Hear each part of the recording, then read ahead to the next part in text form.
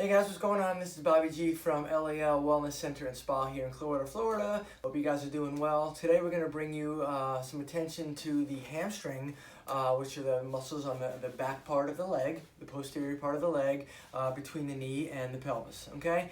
And what's going on a lot of times, what we see is an anterior pelvic tilt on my chart. And what that means is an anterior pelvic tilt basically is a tilted pelvis forward, okay? So this would be an anterior pelvic tilt. And what goes on is the actual attachment points here where the hamstrings come up and attach.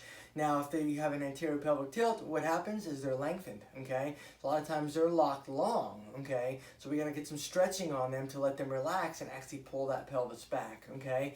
So the most common exercise that I do with people, believe it or not, is the old-fashioned touch your toes.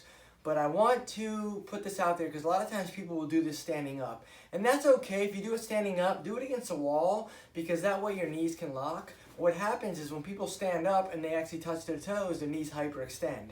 And then when the knees hyperextend, that plays havoc on the knee and you kind of cheat yourself and you are at risk for injury. So if you get down to the ground and get in this position here, your knees are already at ground zero, so therefore they cannot hyperextend because the ground's there, okay? And so what I do is I actually just have them try to reach for their toes. Basically what you want to do is you want to bend at the actual waist, okay?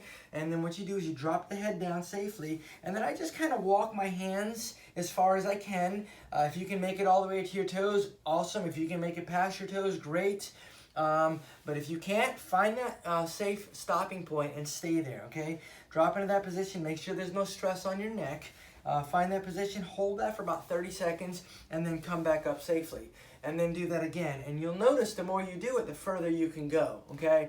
If you need a little resistance and a little help, sometimes I tell people to grab a stretchy band, okay? Put it around your feet, and what that does, it allows you to actually, rubber band effect is what I call it, but it actually allows you to stretch, and the band kind of does the work and it pulls you. So it gives you a little bit of resistance while it's actually aiding you safely, okay? So the resistance is this way, but then it aids you, like somebody actually putting pressure on your back and actually pushing you down. This is a safe way to do that if you have nobody around, okay?